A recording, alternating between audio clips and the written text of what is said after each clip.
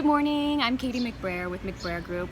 I had breakfast this morning with Jonathan Woloshin, who is a real estate analyst, and he's an analyst that covers real estate, not a real estate person or a real estate investor that analyzes the market. So he looks at the data dispassionately, and he was giving us some information on where the market is today. Kind of nationwide, but he touched on Florida.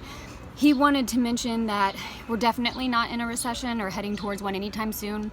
The economy is slowing, which is typical, but that's not the same as declining, right? So we're still seeing growth. GDP was up last year about 2.9%, and we're down a little bit, looking at probably 2.5%. This year, and they're estimating in 2020 a 2.2 or 2.3% growth. He feels pretty positive about Florida with the outmigration that's coming from the states in the Northeast, New York, New Jersey, Connecticut, and then we also have like Illinois and California. People, wealthy homeowners that are running away from those taxes and moving to places like the Carolinas, Texas, Nashville, Florida.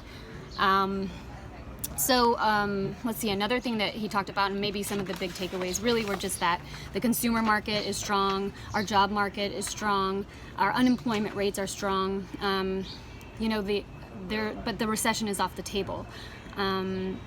He said, if we look at stocks, the valuations are getting closer to fair.